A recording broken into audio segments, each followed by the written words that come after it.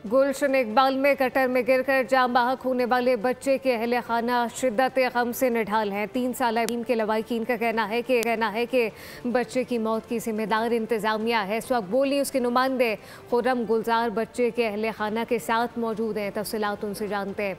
खुर्रम, आगाह कीजिएगा।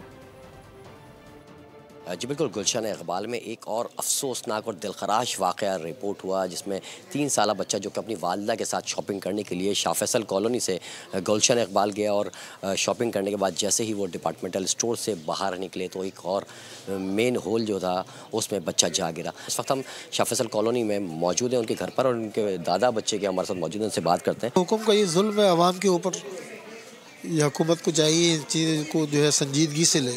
इतने सारे वाक़यात जो ये होते हैं और ख़ास तौर पर ये वाक़या हुआ है, इसमें गवर्नमेंट की कोई हमारे साथ जो है उसकी मदद नहीं दी।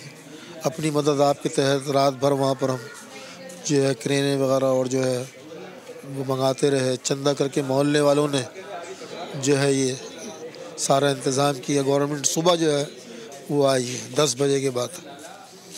तकरीबन 13-14 घंटे बच्चा जो है उसके अंदर रहा है। कि बच्चे के जो रिश्तेदार हैं उनका यही कहना है कि इस तरह के वाक़यात रिपोर्ट तो होते हैं और फिर उसको जो भी जिम्मेदार होता है उसको सज़ा होती ही नहीं होती और जो मेन होल खुले मेन होल होते हैं उसमें जाबाक हुए 19 अफराद।